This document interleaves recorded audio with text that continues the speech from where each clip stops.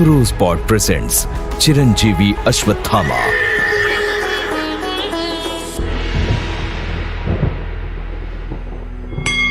अश्वत्थामा बलिर्व्यासो हनुमानश्च विभीषणः कृपाचार्या च परशुरामं सप्ततातः चिरजीवः।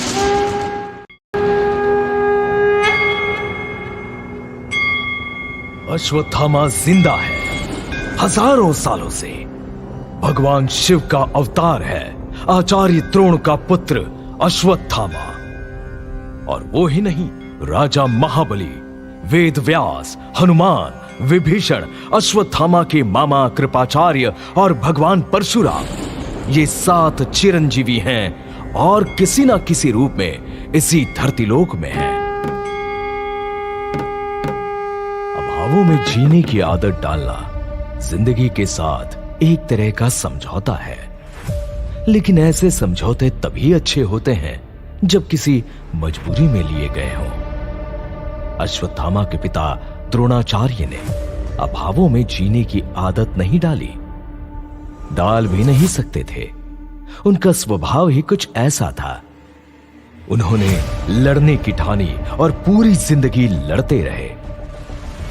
अपने पिता के इन्हीं गुणों को पुत्र अश्वत्थामा ने अपनाया। अभी उसकी उम्र ही क्या थी, यही कुछ 15-16 साल।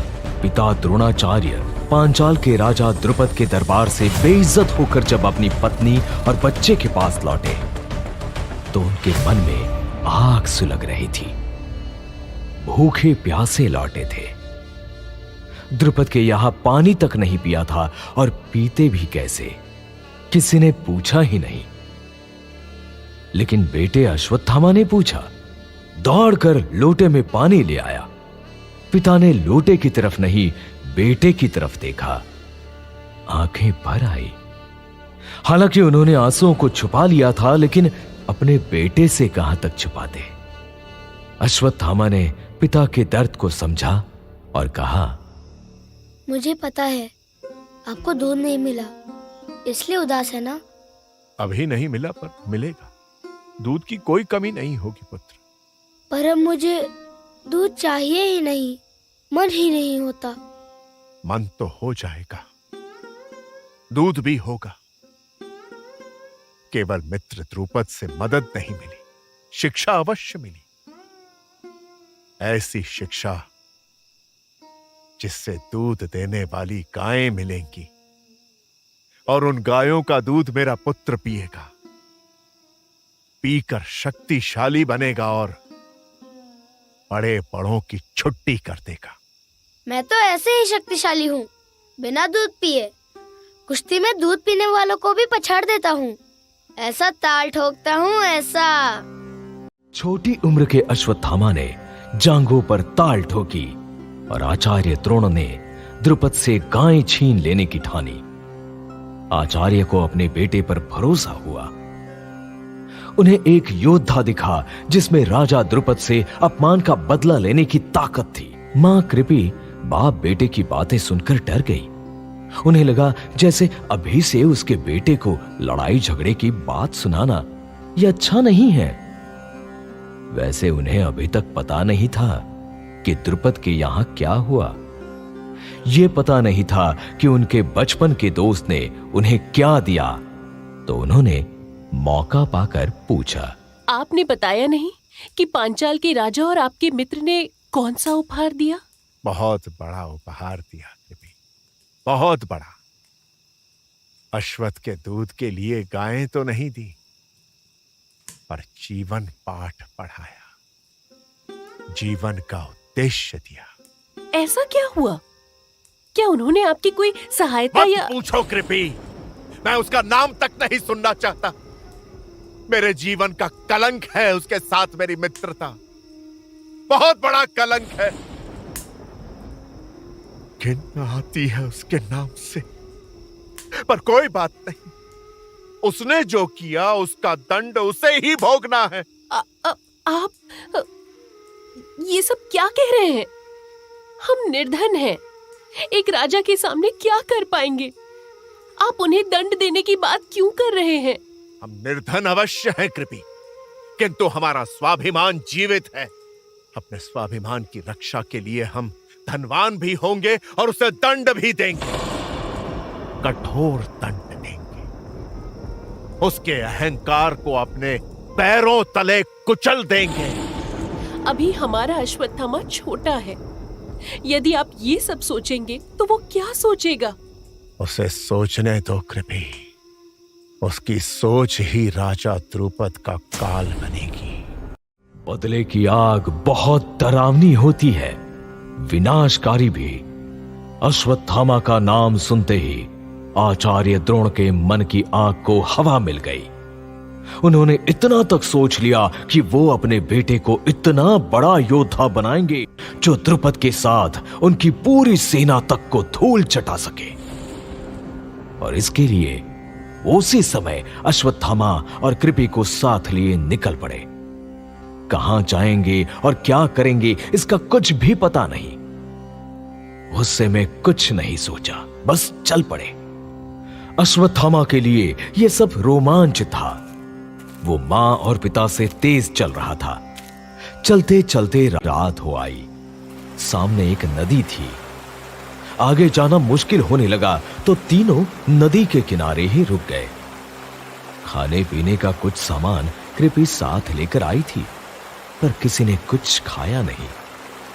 अश्वत्थामा ने भी नहीं। उसने अपने पिता से पूछा, यहाँ से उस राजा का महल कितना दूर है पिताजी? किस राजा का? वो जिससे हमें बदला लेना है। अभी नहीं पुत्र, पहले हमें अपनी शक्ति बढ़ानी है। तुम्हें योद्धा बनना है, संसार का सबसे बड़ा योद्धा। तो अभी कहाँ जा रहे हैं? ये तो पता नहीं, किंतु हम वहां चलेंगे जहां तुम्हें कोई कमी नहीं होगी। और बेटा तुम अस्त्र शस्त्र का अभ्यास कर सको। ऐसा कौन सा स्थान होगा? ये सारे सुख देगा कौन? आप बिना कुछ सोचे निकल आए। अश्वत्थामा के बारे में भी कुछ नहीं सोचा। सोचने का समय शेष नहीं है कभी, कुछ करने का समय है। और तुम चिंता ना करो, जो भी होगा शुभ ही होगा। और सुनो, हम जो भी कर रहे हैं या करेंगे सब अपने पुत्र के लिए ही तो कर रहे हैं। अश्वत्थ! क्या हुआ अश्वत्थ? क्या कर रहे हो? देख रहा था कि नदी में कितना जल है। हमें नदी पार करनी है ना? मैं तो डर गई कि अश्वत्थ कहीं नदी में तो नहीं कूद गया। मैं तो पत्थर फेंक रहा था माँ। अच्छा होगा कि हम नदी पार करके गांव में चले। और फिर आचार्य द्रोण ने कृपी और अश्वत्थामा को नदी पार कराया। तीनों गांव में पहुंचे। गांव वालों ने तेजस्वी आचार्य जानकर खूब स्वागत सत्कार किया। खाने के लिए पकवान ले आए। द्रुपद के यहां से लौटने के बाद द्रोण ने पहली बार भरपेट भोजन किया। अश्वत्थामा ने अपनी पसंद का खाना खाया, लेकिन इसके बाद क्या? कृपी सोच में डूबी रही। उन्होंने अपने पति से कहा, यदि आप कहें तो हम हस्तिनापुर चल सकते हैं, मेरे भ्राता कृपाचार्य के पास। वो राज परिवार के गुरु हैं। महाराज शांतनु ने तो हमें पाला है। हमसे मिलकर वो प्रसन्न होंगे। ये तो ठीक है, पर मैं किसी के सामने दया का पात्र नहीं बन सकता। हम उनके लिए दया के पात्र नहीं होंगे। वो तो भ्राता हैं। हम साथ साथ बड़े हुए हैं। वहां अश्वत्थामा का भी मन लग जाएगा। किंतु कब तक? वो कब तक हमारे अश्वत्थ का ध्यान रख पाएंगे? जब तक आप अपना प्रबंध न कर ले।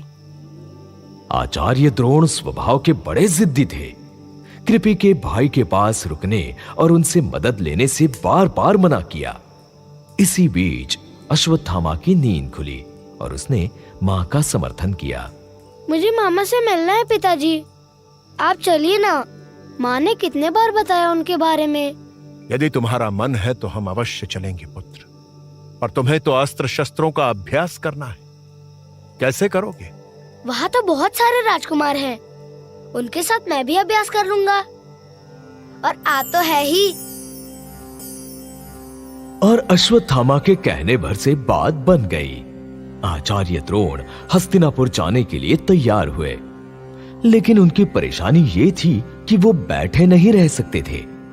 उन्हें धन और शक्ति दोनों की जरूरत थी। तो आखिरकार उन्होंने तय किया कि जब तक वो अपनी जीविका की व्यवस्था नहीं कर लेंगे तब तक किसी से नहीं मिलेंगे। लेकिन आखिर कब तक छुपे रहेंगे आचार्य द्रोण?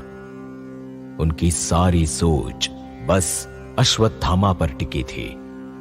तो उन्होंने अपने अश्वत्थामा के लिए क्या किया?